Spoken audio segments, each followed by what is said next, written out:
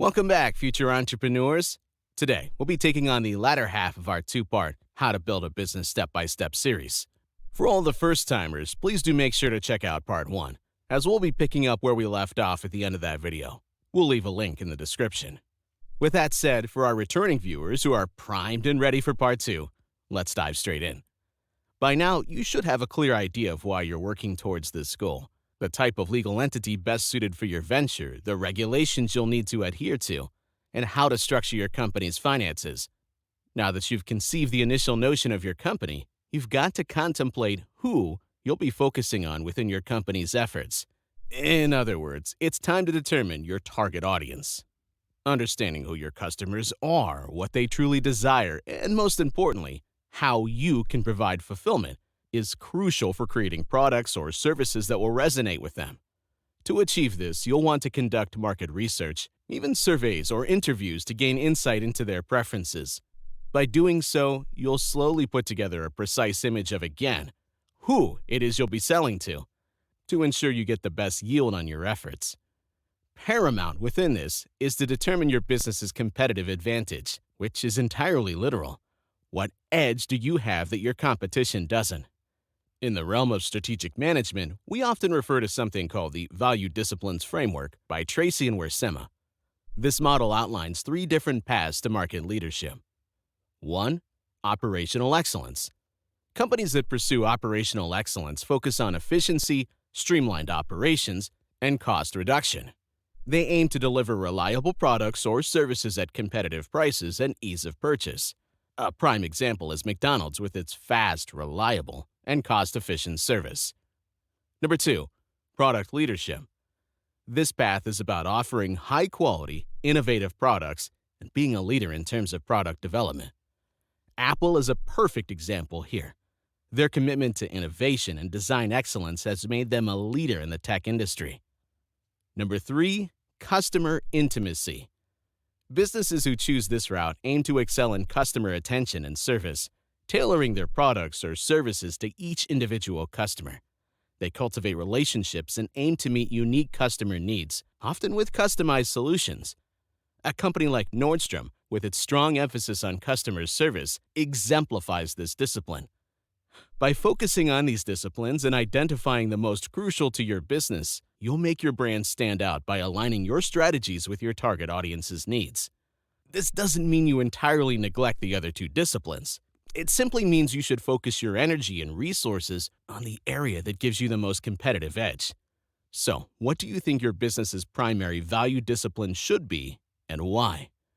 Once you've done that, and thus have a clear understanding of who it is you're selling to, you can begin to analyze the markets you now know you'll be operating in. For this, I recommend Michael Porter's 5 Forces to serve as the foundation for your analysis. This model, despite being created 40 years ago, remains relevant in today's ever-changing markets. So, what do these 5 forces consist of? They are as follows. 1. Competition within your market. 2. Potential newcomers to that same market. 3. The power of the suppliers. 4. The power of the customers. And 5. The threat of substitute products. Take your time to understand the importance of Porter's 5 forces. Research them, because with them, you'll be able to analyze your market in a way that grants you a deeper understanding of the status of each within it, which will, in turn, allow you to make informed, thought-out decisions on how to move forward. After understanding your market dynamics through these 5 forces, you'll be well equipped to make an informed decision about your business's pricing strategy. This leads us to the concept of cost-driven versus value-driven models. The factors determining the choice you make are complex, but the 2 options themselves are rather simple. You can either base the price of your product on what it costs you to provide it, or you can base its price on what the customer is willing to pay for it. Now, these factors act more as dimmers than outright switches, in the sense that they vary in degrees of intensity rather than presenting a binary decision.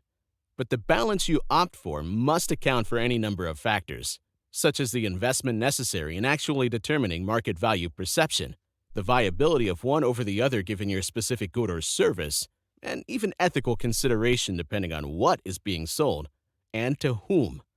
Once you've determined this and come to a price point, You'll now have to justify that price in the eyes of the customer by creating impact and value within your product.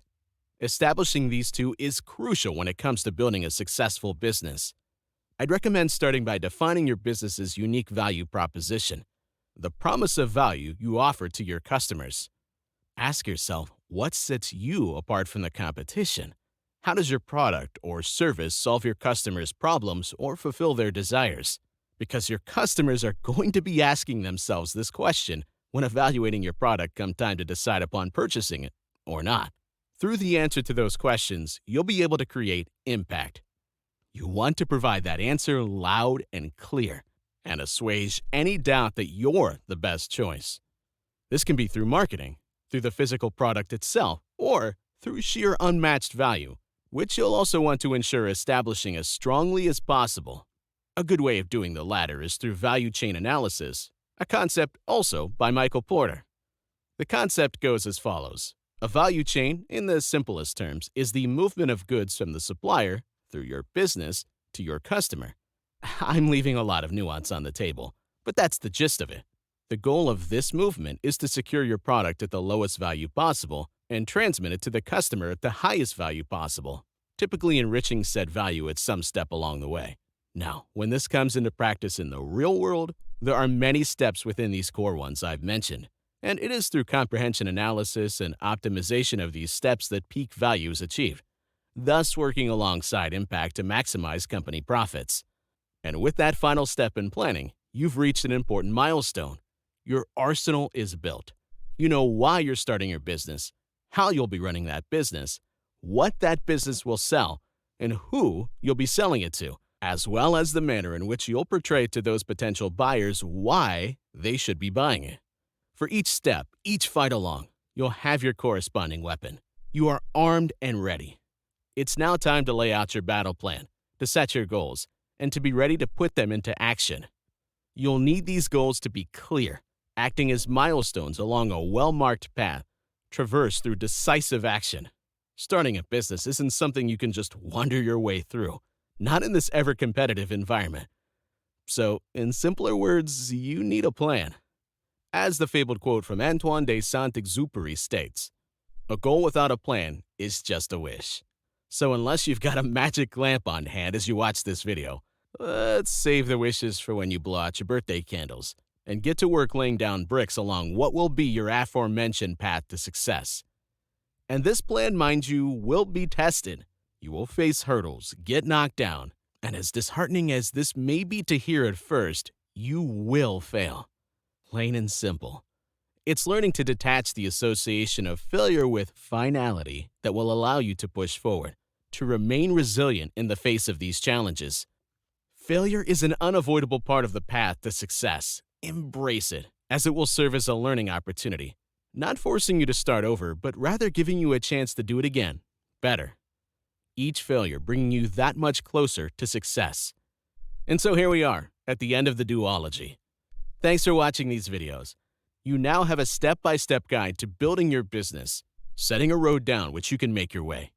From defining your business by cementing your motivations, selecting your product, and ensuring its legal and financial integrity, both structural and regulatory, to putting it all into motion through the identification of your target audience, market analysis, solidification of product impact and value, as well as proper business planning and execution.